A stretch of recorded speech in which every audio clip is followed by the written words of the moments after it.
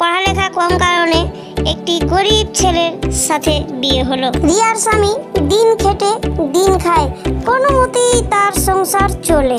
আর অন্যদিকে রিয়ার দিদি প্রিয়া পড়ালেখার কারণে যেমন সুন্দরী ছিল তেমন তার রূপের অহংকার ছিল।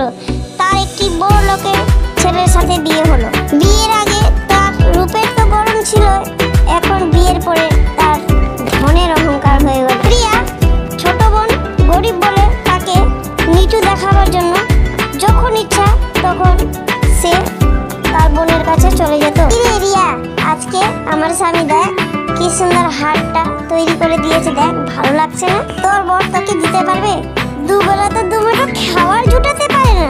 রিয়া কিছু বলতো না, মনে মনে দুঃখ করে সে মনের ভিতরে রেখে দিত। সোনার গহনা তোকে কোথা থেকে দেবে? তাই রে রিয়া, আজ আমার কাজ আছে, পরে আসবো।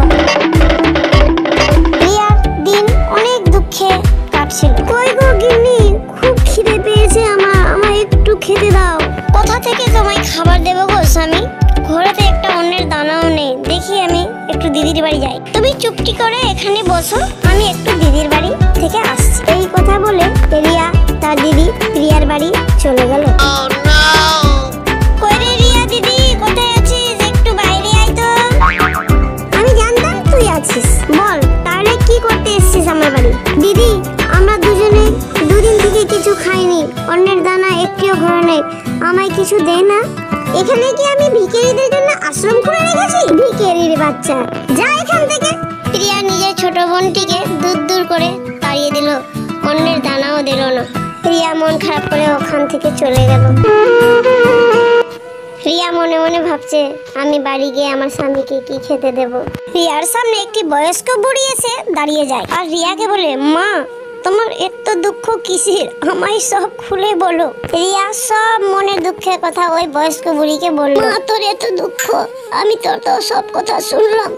মা এই পুটলিটি নিয়ে যাও, আমার তো আর কেউ নেই, তুমি নিয়ে যাও এটা। রিয়া বলে, বুড়িমা এই পুটলিটাতে কি আছে আর আমায় দিচ্ছ কেন? মা তোমায় আমি এই পুটলিটা দিলাম, এটা নিয়ে যাও। বুড়িমাটি ওখান থেকে উধাও হয়ে গেল। আরে এই বুড়িমাটি কোথায় গেল? রিয়া ওই বুড়ির পুটলিটা নিয়ে বাড়ি চলে গেল। কই গো গিন্নি, তুমি চলে এলে তোমার দিদির বাড়ি থেকে? কি এনেছো দাও তো, দিদির বাড়ি থেকে খাবার দাও। আমায় খাবার দিল না গো, আমার দিদি আমাকে দূর দূর করে তাড়িয়ে দিল। তাহলে এই পুটলির মধ্যে কি আছে? এখানে পুটলিটার মুখ খুলে ঢালো তো, দেখি কি আছে।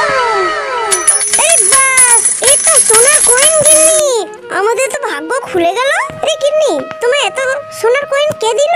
হে গো স্বামী, এই নিশ্চয় ওই বুড়িমাটি আমায় দিয়েছে। তাহলে এটি কি আমার কর্মের ফল?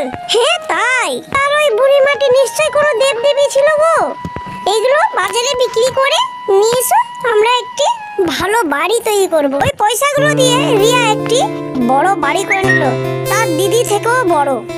তাহলে বন্ধুরা দেখলেন, আমায় গরিব বলে আমার দিদি অবহেলা করলো। আজ দেখুন, আজ আমি বড় লোক হয়ে গেলাম।